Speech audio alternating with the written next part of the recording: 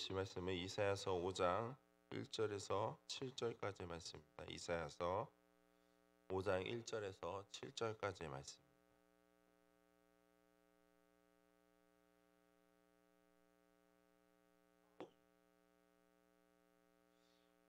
한 절씩 교도하고 마지막 7절은 함께 합독하도록 하겠습니다. 나는 내가 사랑하는 자를 위하여 노래하되 내가 사랑하는 자의 포도원을 노래하리라.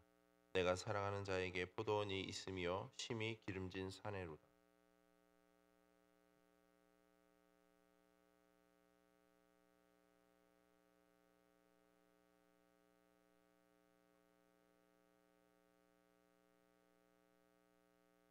예루살렘 주민과 유다 사람들아 보아노니 이제 나와 내 포도원 사이에서 사례를 판단하라.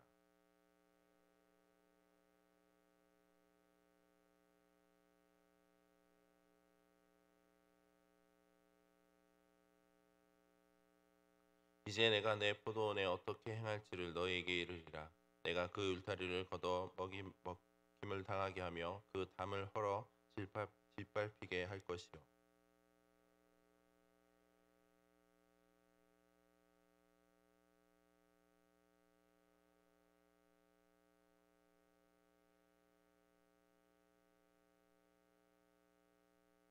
함께 읽겠습니다.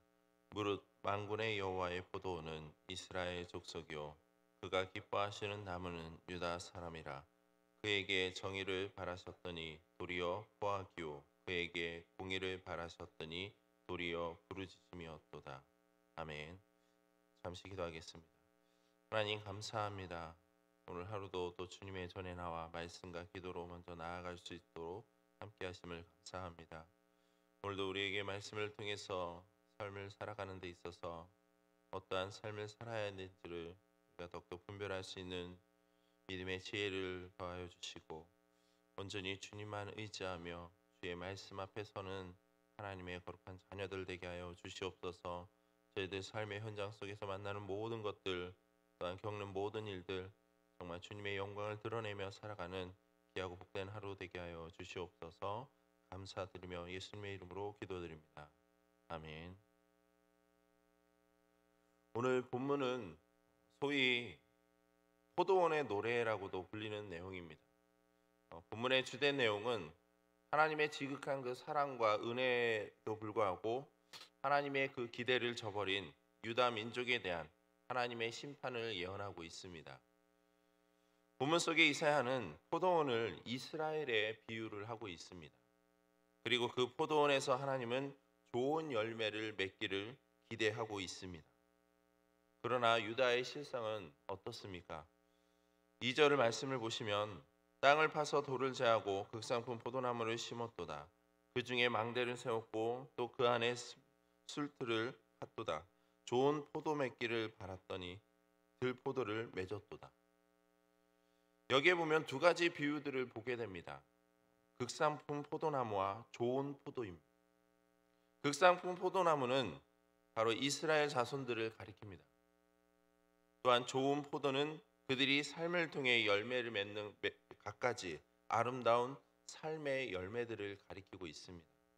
다시 말해 극상품 포도나무인 이스라엘 자손들, 즉 유다 민족들은 하나님께서 바라시는 선한 행실들로 그 열매를 맺어 하나님을 기쁘시게 해드릴 의무를 가지고 있습니다.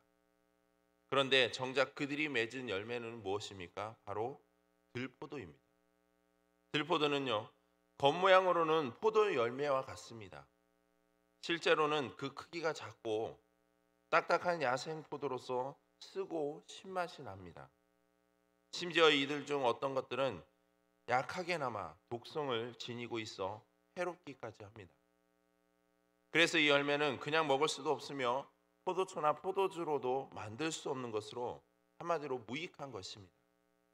다시 말해 유다 민족들이 하나님 앞에 맺은 그 열매는요, 하나님께 전혀 기쁨을 드리지 못했으며 오히려 땅만 버리는 무익하고 악한 것들 뿐이라는 겁니다. 결국 선한 농부이신 하나님은 그 들포도를 맺은 포도원에 대하여 이렇게 말씀하십니다. 5절과 6절 말씀입니다. 이제 내가 내 포도원을 어떻게 행할지를 너에게 이르리라. 내가 그 울타리를 걷어먹힘을 당하게 하며 그 담을 헐어 짓밟히게 할 것이요 내가 그것을 황폐하게 하리니 다시는 가지를 자름이나 북을 돋지 못하여 질레와 가시가 날 것이며 내가 또 구름에게 명하여 그 위에 비를 내리지 못하게 하리라. 이것은 한마디로 말하면 들포도를 맺은 이스라엘 자손들에 대한 인내가 끝나 이제는 하나님께서 그들을 향해 심판을 내리실 것을 예언하고 있는 겁니다. 본문에 제시된 내가 그 울타리를 걷어 먹힘을 당하게 한다라는 그 말씀은 남유다 민족을 멸망으로 내몰겠다라는 바로 하나님의 그 강력한 의지를 드러내고 있는 것으로서 남유대에 베풀어진 온갖 보호의 그 은혜를 상징하고 있습니다. 이 은혜를 이제는 더 이상 허락치 않으시며 그들을 보호하지 않으시겠다라고 선언하고 있는 겁니다. 또한 그 담을 헐어 짓밟히게 할 것이라는 그 말씀처럼 훗날 예루살렘은 바벨론의 침략으로 성벽이 처참하게 짓밟히게 됩니다. 심지어 느헤미야 선지자는 완전히 그 무너져버리고 불타버린 예루살렘 성벽 그에 대한 소식을 듣고 가슴을 치며 울었던 것처럼 본문의 예언은 문자 그대로 이루어졌음을 알 수 있습니다. 이처럼 포도원의 주인 되시는 하나님께서는 유다 민족에게 좋은 열매 맺기를 기대하며 부족함이 없는 그 은혜를 베풀어 주셨습니다. 그러나 유다 민족은 그 기대를 저버리고 계속되는 제약됨을 일삼았습니다. 결국 하나님은 기대를 저버린 포도원 유다 민족을 심판하여 황폐하게 하실 것을 말씀하고 계실 겁니다. 하나님은요 우리에게 언제나 선한 것으로 채워주시고 또한 은혜를 베풀어 주십니다. 뿐만 아닙니다. 선한 기대에 대한 그 기대감도 갖고 계십니다. 어찌 보면 이와 같은 마음은요 농부와 부모의 마음과도 같습니다. 농부는 좋은 열매가 맺히기를 기대하는 마음을 가지고 지극정성으로 밭을 가꿉니다. 채상의 땅을 경작하고 그 위에 채상의 씨앗을 뿌립니다. 그리고 때에 따라 물도 주고 필요를 공급해 주며 그 밭을 또한 나무를 갖고 갑니다. 그런데 마지막 열매가 맺힐 때 기대하고 있던 좋은 열매가 아닌 바로 썩은 열매나 먹지도 못하는 들포도와 같은 열매가 맺힌다면 과연 마음이 어떨까요? 또한 자녀를 향한 부모의 마음은 어떻습니까? 부모는 자기 자녀가 올바르고 진실되게 또한 지혜롭고 강하게 자라도록 하기 위해서 정성을 다해서 자녀가 필요한 모든 것을 공급해 줍니다.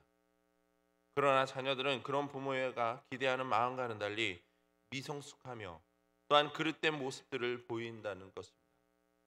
그때 부모는 그 모습을 보고 모른 채 하는 것이 아닌 바로 그 자녀에게 분명한 채찍과 훈육을 통해 바른 길로 나아갈 수 있게 인도합니다. 농부도 마찬가지일 겁니다. 좋은 열매를 기대했지만 정작 먹지도 못하고 무익한 열매들로 맺혀진다면 방법은 그 밭을 새롭게 갈아엎고 다시 경작하는 방법밖에는 없는 겁니다. 성도 여러분, 하나님도 이와 같은 생각을 갖고 계십니다. 그분은 우리를 소중하게 특별하게 여기시기에 우리에게 필요한 모든 것을 채워주십니다. 헤아릴 수 없는 은혜로운 일들을 우리 삶 가운데 충족하게 채워주시는 분이십니다. 동시에 하나님은 우리가 책임 있는 당신의 자녀, 세상 가운데 가치 있고 아름다운 일들을 이뤄가는 능하고 소중한 자로 서기를 바라고 계십니다.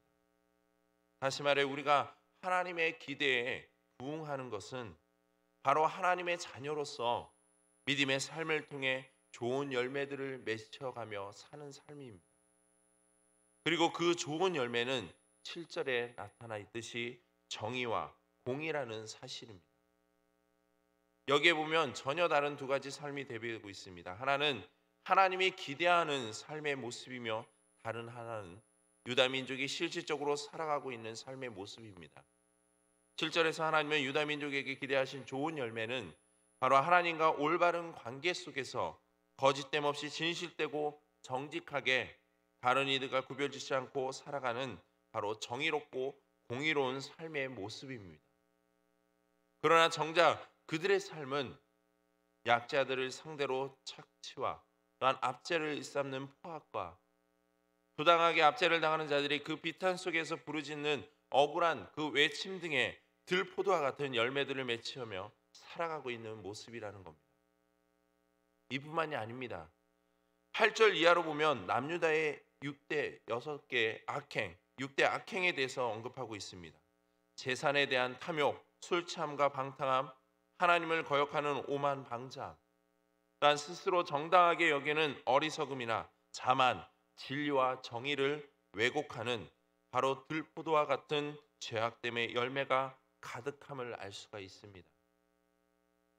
이처럼 하나님은요, 당신의 포도원이 유다 민족에게서 좋은 포도를 맺기를 기대하셨습니다. 하나님께서 당신의 포도원인 유다 민족에게 기대한 것이 과연 많은 포도 열매였을까요? 아닐 겁니다. 정말 하나님께서 원하시고 기대하신 것은 바로 많은 포도 열매가 아닌 좋은 포도 열매라는 사실입니다. 물론 포도 열매가 많이 열면 더할 나 없이 좋을 겁니다. 그러나 아무리 많은 열매가 맺혀진다고 해도 그 열매가 좋은 열매로서 먹을 수가 있고 가치가 있는 열매여야만 합니다. 그렇지 않고 열리기는 많이 열렸는데 정작 먹을 수도 없고 또한 무가치한 들포도와 같은 열매라면 그건 아무 소용이 없을 겁니다. 일종의 양보다 질이 중요한 것입니다. 실질적으로도 이사야 당시 유다 민족은 질적으로는 형편없는 삶의 모습과도 같습니다. 반면에 양적으로는 풍성한 삶이었습니다. 1장 11절을 보시면 여호와께서 말씀하시되 너희의 무수한 재물이 내게 무엇이 유익하뇨? 나는 순양의 번제와 살찐 짐승의 기름에 배불렀고 나는 숫송아지나 어린 양이나 숫 염소의 피를 기뻐하지 아니하노라. 이처럼 유다 민족은 하나님께 많은 양의 제물을 드렸습니다. 또한 당시 그들은 각종 절기들을 지키는 데 열심이었습니다. 이렇듯 이사야 선지자의 사역 초기의 유다 민족은 양적으로는 많은 열매들을 맺는 포도원이었습니다. 하지만 그러한 많은 열매들은 결코 하나님을 기쁘시게 하지 못하였습니다. 도리어 포악과 압제의 부리짐과 같은 들포도와 같은 열매들로 가득하였다라는 겁니다. 결국 하나님께서는 당신의 포도원인 유다 민족이 많은 열매들을 맺었음에도 불구하고 그 포도원을 심판하시기로 하신 것입니다. 성도 여러분, 성도인 우리의 삶은 열매를 맺으며 살아가는 존재입니다. 그리고 많은 열매들을 맺으며 살아가면 좋겠지만 중요한 것은요, 어떤 열매들을 맺혀가며 살아가야 하는지를 우리는 고민하고 애써야 한다라는 겁니다. 그러나 더 중요한 것은요, 내가 원하는 열매가 아닌 바로 하나님이 기뻐하시고 원하시는 그 열매들을 맺혀가야 한다라는 겁니다. 그럴 때 우리는 품질 좋은 바로 최상급의 좋은 포도와 같은 열매들을 맺을 수 있는 겁니다. 교회 열심히 나오고 헌신 봉사하고 헌금 많이 드리는 것도 귀한 열매들입니다. 하지만 내 삶 가운데서 의의 거룩한 열매들을 맺지 못한다면 그 모든 것이 아무 가치도 없고 오히려 하나님께 들포도와 같은 죄악된 모습으로 보여져 결국 심판을 면하지 못할 것입니다. 그러므로 우리는 하나님이 기뻐하시는 의의 거룩한 열매들을 맺어야 할 것입니다. 포도원인 교회는 교회대로, 또한 포도나무인 성도 각 개인은 개인대로 의의 열매들을 맺어 하나님께 드림으로 하나님을 기쁘시게 해드려야 한다는 겁니다. 무엇보다 한 가지 기억해야 할 것은요, 혹여나 나의 그릇된 그 포도 열매들로 인해서 하나님께 채찍과 징계를 당할지라도 낙심치 마시길 바랍니다. 하나님의 심판의 궁극적인 가장 큰 목적은 택한 백성의 완전한 파멸이 아닙니다. 오히려 그 죄악됨을 통해서 그들로 하여금 자신의 죄를 깨닫게 하여 다시 하나님의 백성으로서의 거룩함을 회복해 하는 데 있다는 그 사실을 우리는 꼭 기억해야 될 겁니다. 즉 하나님의 심판은 궁극적으로는 선민의 바로 회복의 도구라는 것입니다. 그렇기 때문에 현재 나의 죄악된 그 열매들이 무엇인지를 우리는 명확하게 인지해야 한다는 겁니다. 그리고 그 열매들을 하나님 앞에 가지고 나아가 깨끗이 불살라야 하는 겁니다. 그리고 선한 열매들이 맺혀질 수 있도록 항상 성령의 도우심을 받아야 할 것입니다. 또한 말씀을 통해 나의 죄악된 그 열매들을 성찰해야 할 것입니다. 다른 사람의 죄악됨을 보고 지적하고 또한 비난하고 비방하는 것이 아니라 혹여나 나의 죄악됨 앞에서 인정치 않고 또한 그것을 합리화하는 것이 아니라 오히려 나의 그 죄악된 열매들을 봄으로 인해서 나 자신을 보고 또한 말씀을 통해서 온전히 나의 심령을 새롭게 변화시켜야 한다는 겁니다.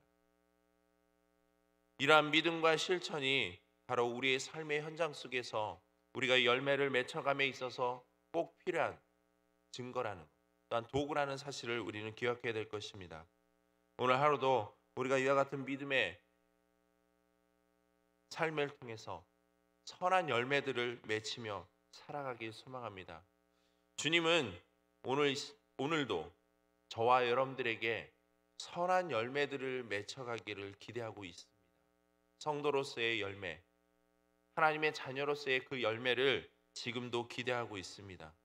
그렇다면 우리가 성도된 자녀로서 그 하나님의 기대에 과연 우리가 어떻게 부응하며 또한 어떠한 삶을 살아야 하는지를 오늘 하루도 우리가 깊이 묵상하며 또 하나님의 기뻐하시고 선하신 뜻이 무엇인지를 분별하며 살아가는 저와 여러분들 되기를 주님의 이름으로 축복합니다.